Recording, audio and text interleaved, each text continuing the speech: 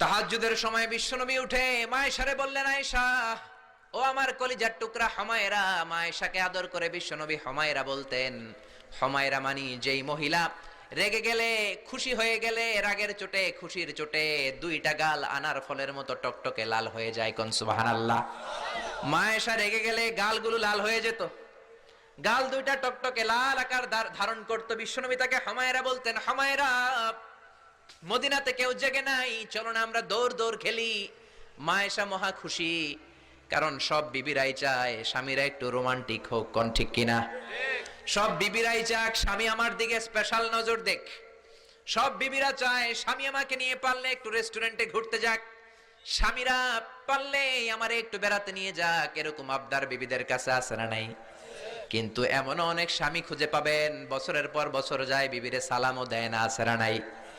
খিটখিটে মেজাজ, মেজাজ দেখায়, ধমক দেয়, আবার যৌতুকের জন্য পিটায়। আছে না নাই? জোরে বলেন, আছে না নাই? শয়তান দিল যৌতুক, কোরআন দিয়েছে মোহর। আমরা এখন মোহর ছেড়ে দিয়ে যৌতুকের পেছনে হাঁটি। জোরে বলেন ঠিক কিনা? যৌতুকের চেয়ে জঘন্য অপরাধ সমাজে নাই। কুকুরের গোশত খাওয়া যত গুনাহ, যৌতুক তার চেয়েও বেশি গুনাহ। ঠিক কিনা? কুকুরের গোশত খেলে একটা গুনাহ হয়, হারাম খাওয়ার গুনাহ হয়, কিন্তু যৌতুক খেলে দুইটা গুনাহ হয়। এক হলো হারাম খাওয়ার গুনাহ, দুই হচ্ছে শ্বশুর বাড়ির উপরে জুলুম করার গুনাহ। জোরে বলেন ঠিক কিনা?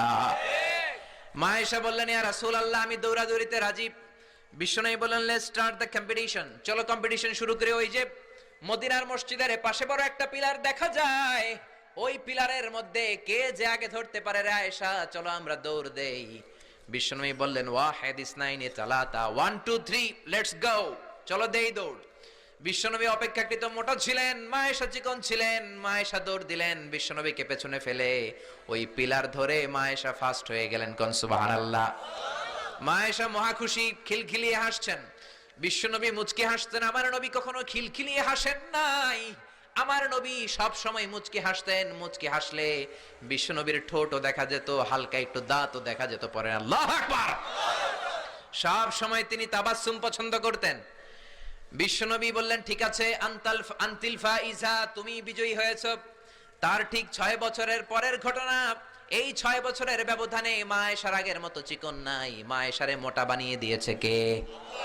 আবার 6 বছরের পরে বিশ্বনবী তাহাজ্জুদের সময় উঠলেন, মায়েশারে ডেকে বললেন, আয়েশা মদিনার কোন লোক জেগে নাই, সবাই ঘুমিয়ে আছে, চলো আজকে রাতেও দৌড় দৌড় খেলি।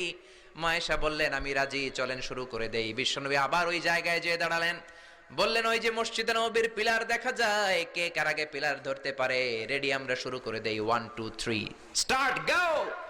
বিশ্বনবীও দৌড়, মায়েশাও দৌড়, জনমের দৌড়, আইজও দৌড়, কাইলো দৌড়। কে কারে হারাতে পারে? বিশ্বনবী আগের মতোই আছেন, কিন্তু মায়েশারে মোটা বানিয়ে দিয়েছে কে? এবার আর বিশ্বনবী চান্স দেন নাই মায়েশারে। বিশ্বনবী ওই দিন আসলে ইচ্ছা করে হারেন নাই, মায়েশারে জিতানোর জন্য দেরিতে গিয়েছেন। কোন ঠিক কিনা? আমার নবী যদি শক্তি দিয়ে দৌড়ায়